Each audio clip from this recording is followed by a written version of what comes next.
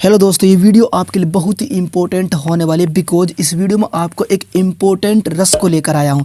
और ये है जो रस है हमारा आने वाले बोर्ड एग्जाम के लिए बहुत इम्पोर्टेंट रस है। और ये है रस है हास्य रस, जो बहुत इम्पोर्टेंट है। इस वीडियो में हमें इस रस के जो है परिभाषा, इसका स्पष्टीकरण और इसके उदाहरण बहुत सरल तरीके से, आसान तरीके से कंप्लीट कराएंगे। उसके लिए बस आपको जो है वीडियो जो है पूरी वॉच करनी है। और यह है जो रस है यानी हास्य रस, यह रस कई बार बोर्ड एग्जाम के पेपर में पूछा जा चुका है। आप यहाँ पर खुद भी देख सकते हो 2012 में, 14 में, 15 में, 17 में, 18 में, 19 में, 2021 में। यानी हर बार जो है यह रस जो है हास्य रस हर बार यह बोर्ड एग्जाम के पेपर में आता है, पूछा जाता है। इसीलिए यह रस हमारे लिए वेरी वेरी इंपॉर्टेंट रस है। और यह रस जो है 10th क्लास, इसके अलावा 12th क्लास, इन दोनों क्लास के लिए, बोर्ड एग्जाम में जो क्लास है उन दोनों क्लासों के लिए बहुत ही इंपॉर्टेंट रस है।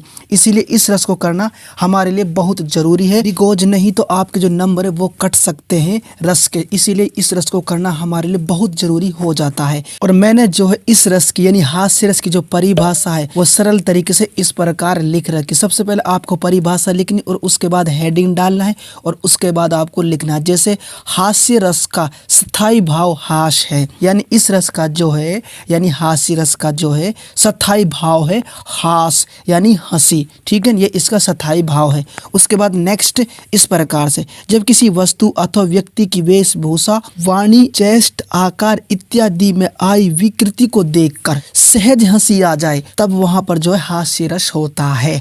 ठीक है, इसका मतलब यह है जब किसी वस्तु या फिर व्यक्ति की जो वेशभूषा है, इसके अलावा वाणी है, इसके अलावा चेष्ट है, इसके अलावा आकार इत्यादि में आई विकृति को देखकर, विकृति का अर्थ होता है दोष, विकार, इनको देखकर जो है सहज हंसी आ जाए तो वहां पर जो है तब जो है हास्य रस होता है, या फिर उसको हम हास्य रस कहते हैं।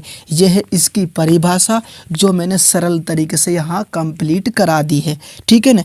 अब हम इस जो है इस रस को जो यानी हास्य रस को जो है और अच्छी तरीके से समझने के लिए, उसके लिए हमें इसका जो है उदाहरण को समझना बहुत ज़रूरी है। इसका जो उदाहरण है वो मैंने सरल तरीके से यानी आसान तरीके से लिख रखा है, जो बहुत ही सरल है। आप भी इस उदाहरण को याद कर सकते हो, जो मैंने इस प्रकार लिख रखा। जैसे हाथी जैसा देह, गेंडे जैसी चाल, तरबूज जैसी खोपड़ी, खरबूज जैसे गाल।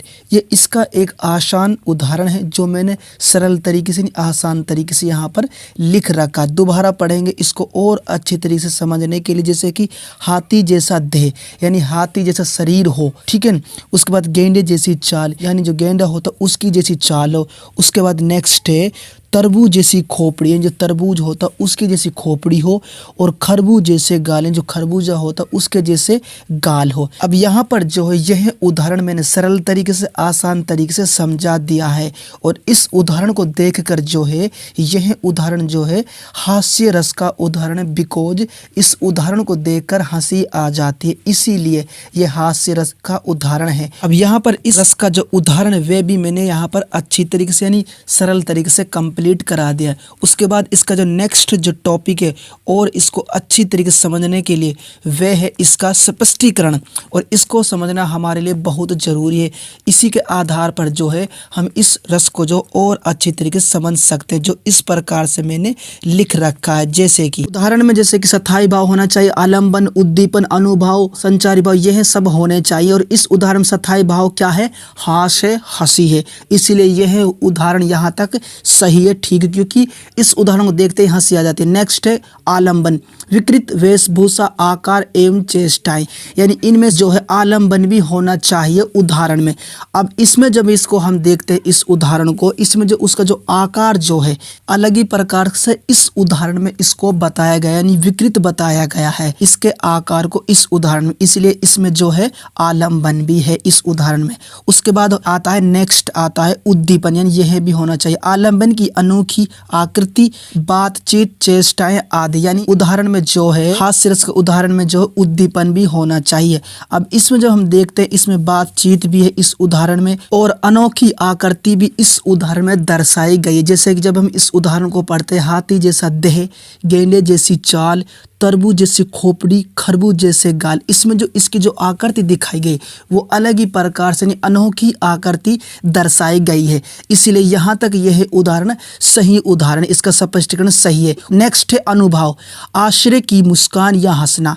यानी इस उदाहरण में जो है आश्चर्य की मुस्कान या फिर हंसना होना चाहिए। और जब हम इस उदाहरण को पढ़ते हैं, देखते हैं, तो इस उदाहरण को देखकर जो है हंसना आता है। ठीक है ना, इसलिए यहाँ तक ये उदाहरण सही। उसके बाद नेक्स्ट है संचारी भाव, हर्ष, कंपन, उत्सुकता, चपलता आदि। यानी इनमें से भी यह जो है संचारी भाव कुल मिला के होना चाहिए उदाहरण में।